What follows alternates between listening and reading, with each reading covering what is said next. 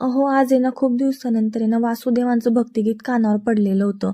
तर खूप दिवसानंतर आज वासुदेव दारासमोर आले. मग लगेच आईने ना त्यांना धान्य वगैरे काढून दिलं.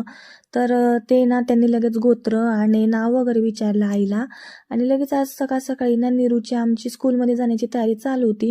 पण ती आज नेमकी आजारी होती म्हणून पाठवावं की नाही हा प्रश्न होता. मी तिला लगेच या ठिकाणी खाऊ वगैरे घातलं, नाश्ता वगैरे करून दिला आणि ती गेली स्कूलला. आणि स्कूलमधून आल्यानंतर तिचे असे काही नखरे चालू झाले की मला हे खायचं नाही, ते खायचं नाही. म्हणून म्हटलं चल मॅगीच खा. तर ती म्हणे मला वांग्याची भाजी पाहिजे. भाजी जर केली असेल तर वांग्याची कर. तर या ठिकाणी वांगे काही नव्हते घरामध्ये. तर कुठून वांगे वगैरे आणायचे म्हटलं तर तिला म्हटलं मग चल मॅगीच खाय आज. तर तिने आज एन्जॉय केला मॅगी खात-खात. पण नेमकी ती असं आजारी सर्दी आणि खोकल्याचा त्रास होत होता म्हणून ती अशी झोपली होती आणि तिला असं झोपताना पाहून ना मला फार त्रास होतो कारण की ती ना फार खेळते आणि घरामध्ये मस्त आनंदित वातावरण राहतं ती खेळते तर त्या ठिकाणी झोपली नाही तर मला टेन्शन येतं जरा.